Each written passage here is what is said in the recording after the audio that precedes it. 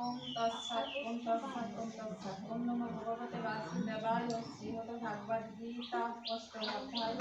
অক্ষর ব্রহ্মা যোগ শ্লোক 3 ভগবান অক্ষর ব্রহ্মা এক পরম স্বভাব স্বভাব উদ্ধাত্ম মুক্ততে ভাব উদ্ভব কর বিসর্গ কর্ম সংহিত অর্থ আছে না তো? ওম নমো ভগবতে বাসুদেবায় শ্রীমদ্ ভগবদ গীতা অষ্টম অধ্যায় ব্রহ্ময় শ্লোক 3 শ্রী ভগবান অক্ষর ব্রহ্ম পরমং স্বভাব উচ্চতে মুক্ত ভাব করো বিসর্গ কর্ম সংহিতা